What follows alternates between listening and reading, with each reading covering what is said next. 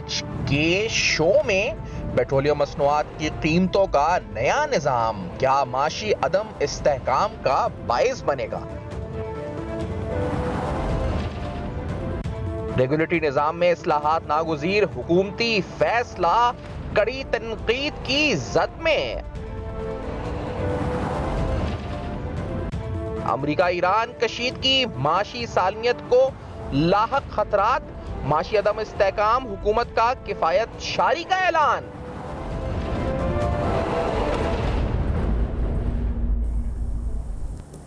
السلام علیکم، پس پردہ حقائق سنسنی خیز انکشافات پروگرام بے نقاب میں ہوں آپ کے ساتھ صفان خان۔ ناظرین، بہت سے اہم سوالات، معاشی عدم استحکام کا شکار کیا ملک کی معاشی سالمیت کیا خطرے میں ہے، خاص طور پہ ایران امریکہ کشیدگی کو لے کر جو کنسرنز ہیں بزنس کمیونٹی کے، اس پہ آج پروگرام میں بات کریں گے کہ مستقبل کا جو معاشی منظرنامہ ہے اس کے خد و خال کیا نظر آتے ہیں اور کیا امپیکٹفل یا جسے کہا جائے کہ اکنامک آؤٹ لک میں وہ کون سے فیکٹرز ہیں جو یقینی طور پر آگے جا کر امپیکٹ کر سکتے ہیں پاکستان کے اکنامک فنڈامنٹلز کو بھی، لارج اسکیل مینوفیکچرنگ کو بھی۔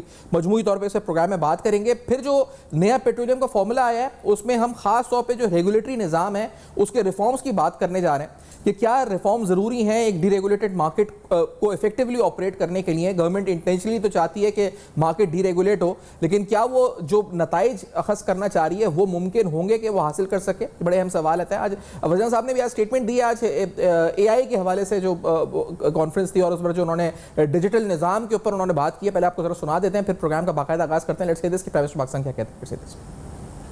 Today onwards, I will not expect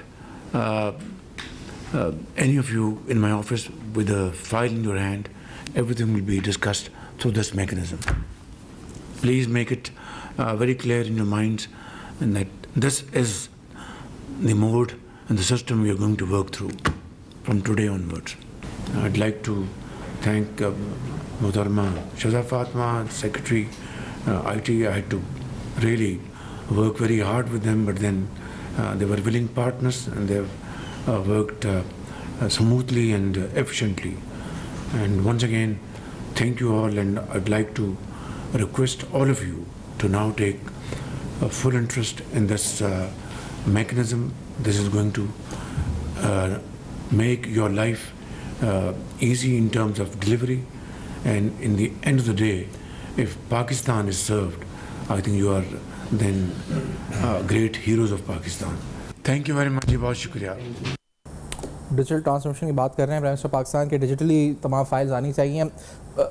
کفایت شاری کی بات بھی ہوئی ہے، گورنمنٹ پھر سے کفایت شاری کی بات کہہ رہی ہے کہ پرائسز بڑھی ہیں انٹرنیشنل آن مارکیٹ میں۔ کفایت شاری کی مہم پہلے جو ہوئی تھی اس کے کیا فوائد ہوئے نہیں ہوئے، اس پر بھی پروگرام میں بات کریں، کیونکہ جو نیومیریکلی یا آبجیکٹیولی کیا بینیفٹ تھے، سمبولکلی بھی شاید وہ حاصل ہوئے یا نہیں ہوئے، بڑے اہم سنگین سوالات ہیں۔ گورنمنٹ جب بھی آسٹیرٹی اناؤنس کرتی ہے وہ آسٹیرٹی ایفیکٹولی پاکستان کو کیا کچھ بچا پاتی ہے، نہیں بچا پاتی، اور جو گورنمنٹ کے انٹینشنز ہوتے ہیں پورے اس سے حاصل ہوتے ہیں آبجیکٹیوز یا نہیں ہوتے۔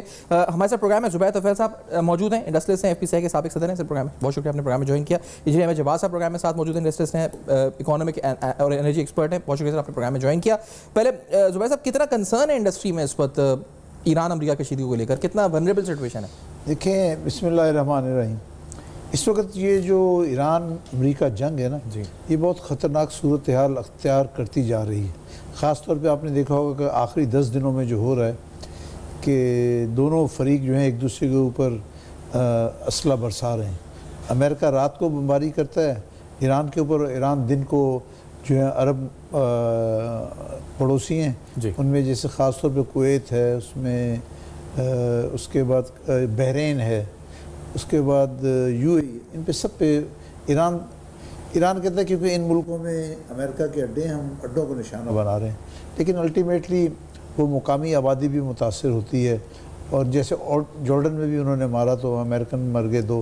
اب صدر ٹرمپ کہتے ہیں میں اس 2 کا بدلہ بہت سخت لوں گا، تو آلریڈی لے رہے ہیں، لیکن اس سے تمام دنیا کی معیشت جو ہے نا وہ بہت متاثر ہو رہی ہے۔ وہ کیا آلریڈی اس کو کر چکے ہیں سبسکرائب کہ یہ بہت لمبا چلنا ہے، یا پھر وہ کہہ رہے ہیں کہ نہیں یہ ایک چھوٹا سا فلیئر ہے جو ختم ہو جائے گا تھوڑے دن؟ دیکھیے، شروع میں ایسا لگ رہا تھا کہ جب یہ MOU سائن ہوا پاکستان کے تعاون سے تو یہ بہتری کی طرف جا رہا تھا، لگ رہا تھا کہ انشاءاللہ چند دنوں میں، اس میں ایک ٹائم فریم طے ہوا کہ 60 دنوں کے اندر اندر جو ہیں بقایا مسائل جو ہیں ان کو حل کیا جائے گا، لیکن وہ 60 دن ابھی پورے نہیں ہوئے، تو اس سے پہلے ہی جو ہے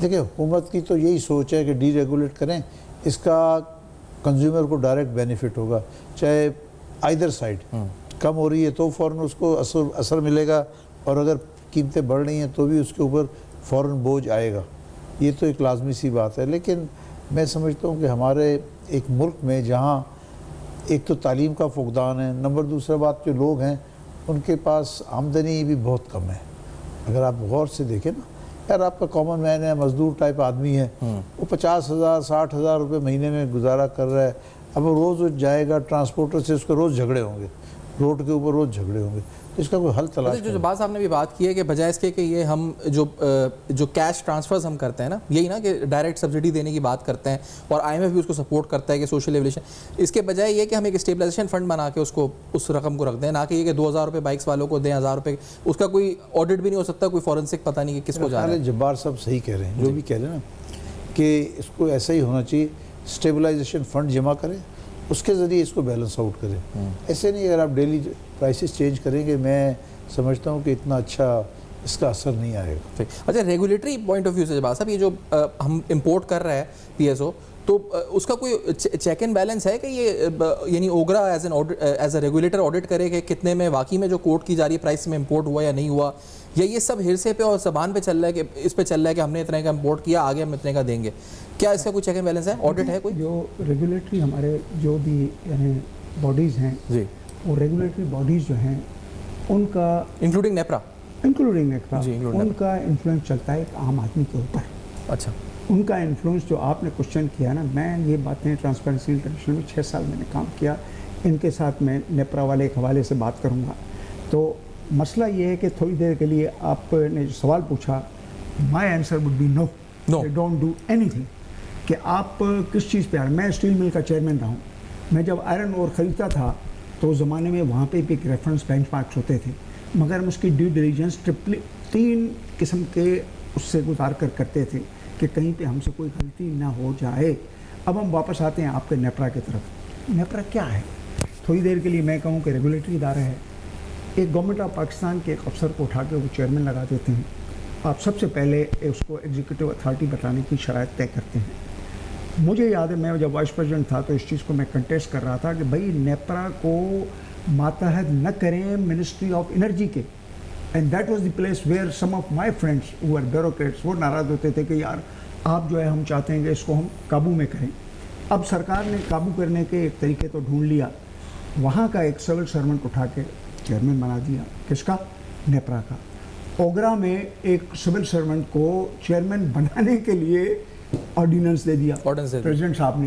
تو آپ مجھے بتائیں کہ جب ہم ایگزیکٹو کو پرمیٹ کرنے کی کوشش کریں گے in the regulatory authorities which are suppose to be independent, اور انڈیپینڈنٹ کا مطلب یہ ہے کہ in the interest of public, in the interest of those people جن کی تعداد 11 کروڑ ہو چکی ہے, in the interest of those people جو 200 سے 201 یونٹ پہ جاتے ہیں, تو ان میں 1100% جو ہے دے ہیو ٹو پے مور. نہیں تو یہ تو D regulation won't pay off, یہ تو پھر نہیں فائدہ ہوگا نا. دیکھیں پاکستان میں یہ کہتا ہوں کہ سب سے پہلے آپ کا جو گورننس ہے نا, governance every where is a missing dot.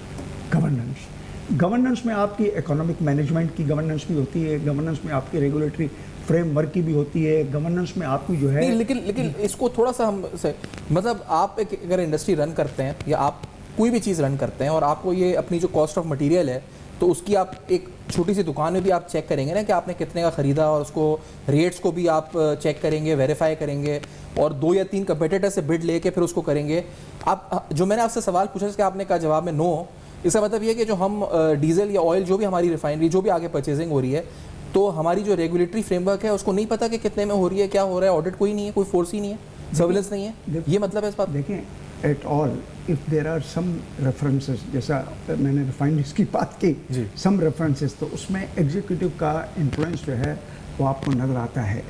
کیونکہ سب سے پہلی بات تو یہ ہے کہ آپ پبلک اکاؤنٹس کمیٹی نے کہا کہ ہر بورڈ کے جو فائنینشیلس ہیں ڈالیں ویب سائٹ کے اوپر. آئی ریممبر خورشید شاہ اس زمانے میں پہلی ڈائریکٹیوز یہ تھی. اب مجھے یہ بتائیں کہ جو آپ نے مجھ سے کوشچن پوچھا ہے اس کوشچن کے اوپر یہ ویب سائٹ پہ ہونا چاہیے کہ ہاں جی یہ تیل اتنے میں خریدا گیا ہے, اور کس میکینزم کے تحت خریدا گیا ہے, کس ڈیو ڈیلیجنس کے تحت خریدا گیا ہے, کون سے انٹرنیشنل ٹرینڈ میں کہیں کانفلکٹ آف انٹرسٹ تو نہیں.